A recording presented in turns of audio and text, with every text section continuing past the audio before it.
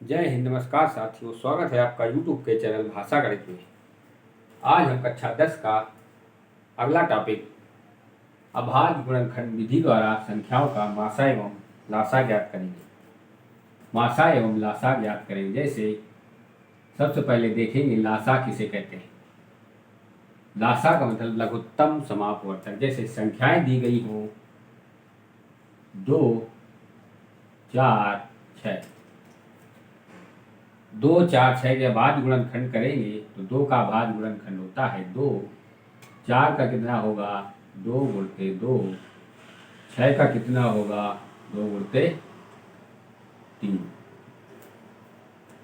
अब इसमें देखेंगे इन तीनों संख्याओं में कितना कॉमन है 2। अब शेष संख्याओं में से जो संख्याएं बचेंगी वो कॉमन देखेंगे और जो कॉमन नहीं, तो इसमें से 2 कॉमन हुआ तो 2 लिख लिया। अब इन दोनों संख्याओं में कुछ कॉमन नहीं है तो जो कॉमन ना हो वो भी लिखते हैं, यानी 2 गुणते 3। तो कितना आया 2 दूनी 4 3 12। तो 12 मतलब ऐसी संख्या जिसमें दी गई संख्याओं का इस संख्या में पूरा पूरा भाग चला जाए उस संख्या को लासा कहते हैं। इससे परिभाषा निकलती है लासा की क्या कि दी गई संख्याओं का इस संख्या में से पूरा पूरा भाग जाएगा। जैसे 2 का भाग देंगे 12 में तो कितना पूरा पूरा चला जाएगा, 6 का चला जाएगा और 4 का। दी गई संख्याओं का इस संख्या में पूरा पूरा भाग चला जाएगा तो ऐसी संख्या को उसका लासा कहते हैं। और मासा किसे कहेंगे, इन तीनों संख्याओं में से जो भी कॉमन होगा अभीष्ट गुणनखंड। यहाँ पर कितना कॉमन है 2। तो दी गई संख्याओं में से अभी लासा कैसे हमने बताया था, दी गई संख्याओं का इसमें पूरा भाग जाएगा। अब इस मासा वाली संख्या का इन संख्याओं में पूरा भाग जाएगा, इसका एकदम उल्टा होता है। इन संख्याओं का लासा में इसका भाग देंगे और लेकिन मासा में इस संख्या का इन तीनों संख्याओं में भाग जाएगा। यानी कि दी गई संख्याओं में जो संख्या है उसका पूरा पूरा भाग, यानी 2 का भाग 6 में जाएगा, 4 में जाएगा और 2 में भी जाएगा। समझ में आया? तो इसको मासा कहते हैं। अब कैसे निकालते हैं वो बताते हैं सवाल के माध्यम से। जैसे पहला सवाल है 16, 24 और 36 का लासा ज्ञात करो। 16, 24 और 36 लासा ज्ञात करना है। इसके अभाज्य गुणनखंड करेंगे। यहाँ हम लिखेंगे 16, 2 का भाग देंगे 2 8 16, फिर 2 का देंगे 4 बार जाएगा, फिर 2 का देंगे 2 बार जाएगा, फिर 2 का देंगे 1 बार। जब तक 1 ना आ जाए तब तक भाग देते रहते। फिर इसके गुणनखंड के रूप में लिखेंगे 16 के सामने बराबर 2 गुणते 2 गुणते 2 गुणते अभाज्य गुणनखंड, यानी किसी भी संख्या का इन संख्याओं में भाग नहीं जाना चाहिए, उसको अभाज्य कहते हैं। फिर 24 के कैसे करेंगे, 24 को भी ऐसे ही लिखेंगे।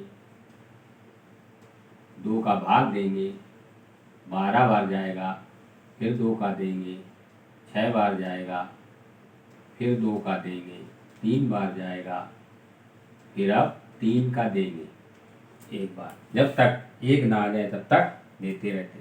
फिर 2 गुणा 2 गुणा 2 गुणा 3 ऐसे लिखेंगे। 2 गुणते 2 गुणते 2 गुणते 3। समझ में आया? अब इसी प्रकार 36 का करेंगे। यहाँ लिखेंगे 36, 2 का भाग देंगे कितनी बार जाएगा 18 बार, फिर 2 का भाग देंगे कितनी बार जाएगा 9 बार। अब 2 का जाएगा नहीं तो 3 का देंगे, 3 का 9। अब कितने का जाएगा 1 बार। तो 2 गुणा 2 गुणा 3 गुणा 3, 2 गुणते 2 गुणते 3 गुणते 3। तीनों संख्याओं के अभाज्य गुणनखंड हो गए। अब लासा निकालना है हमको, तो देखते हैं कैसे निकालेंगे। इन तीनों अभाज्य गुणनखंडों में से जो कॉमन होगा वो भी लेंगे और जो कॉमन नहीं होगा, जैसे कि यहाँ पर दो कामन, तीनों संख्याओं में दो कामन, तो यहाँ लिखेंगे लासा बराबर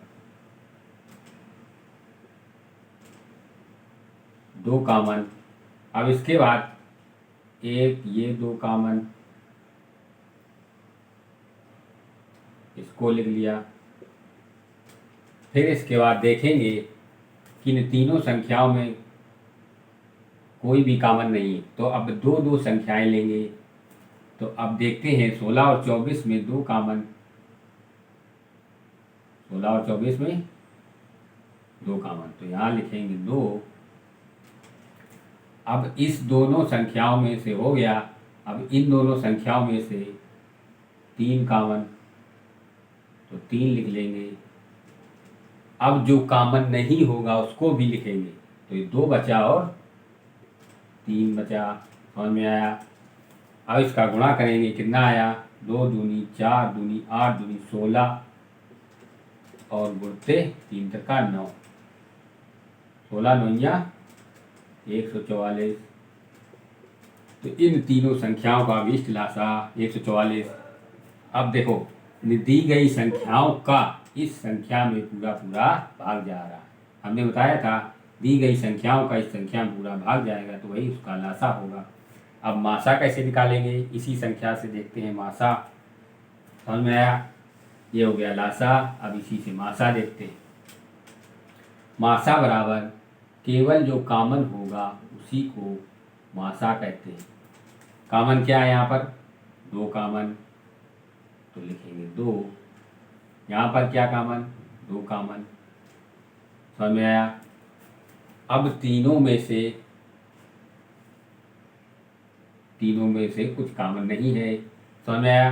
तो इसका मासा क्या होगा, 4। लासा में क्या देखते हैं, तीनों में से देखते हैं, फिर दोनों में से देखते हैं कामन, लेकिन मासा में तीनों संख्याओं में देखेंगे। समझ में आया? अब इस संख्या का इन तीनों संख्या में भाग जाएगा तो उसको इसका मासा कहते हैं। तो समझ में आया कैसे निकालते हैं लासा और मासा। एक सवाल और देखते हैं।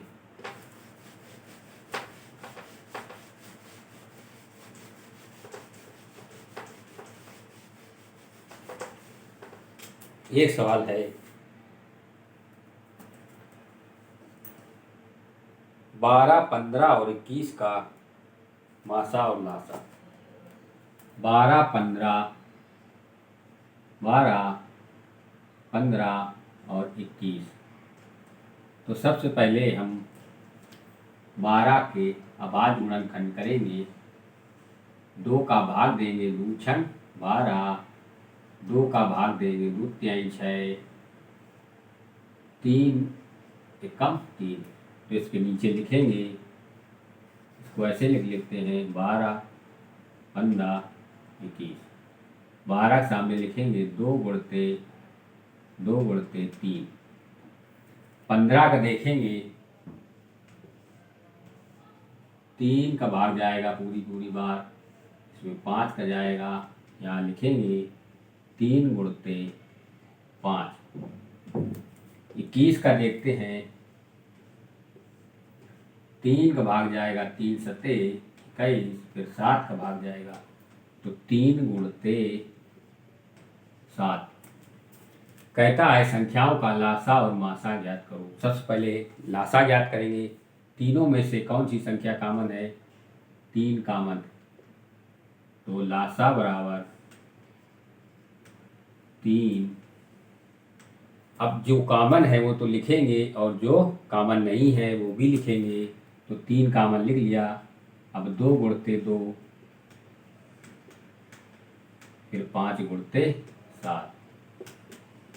अब इसका आपस में गुणा करेंगे, 5 दूनी 10, दूनी 20, 23, 60, 60 यानी 6 सत्ते 42, 420।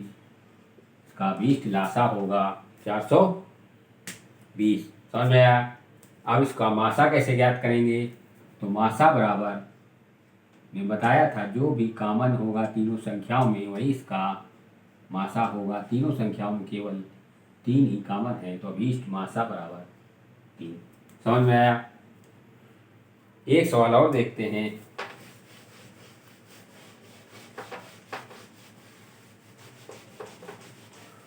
एक सवाल और क्या है, भाग विधि से लासा कैसे ज्ञात करते हैं। भाग विधि से 12 18, जैसे 12 भाग विधि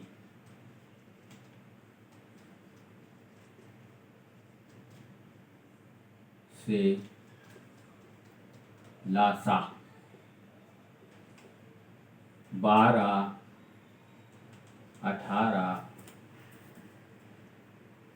और 24 का लासा ज्ञात करना है। भाग विधि से कैसे करेंगे, तीनों संख्याओं को एक साथ लिखेंगे और एक आवाज़ संख्या से, यानी सबसे छोटी आवाज़ संख्या 2 से भाग देके देखेंगे तीनों में।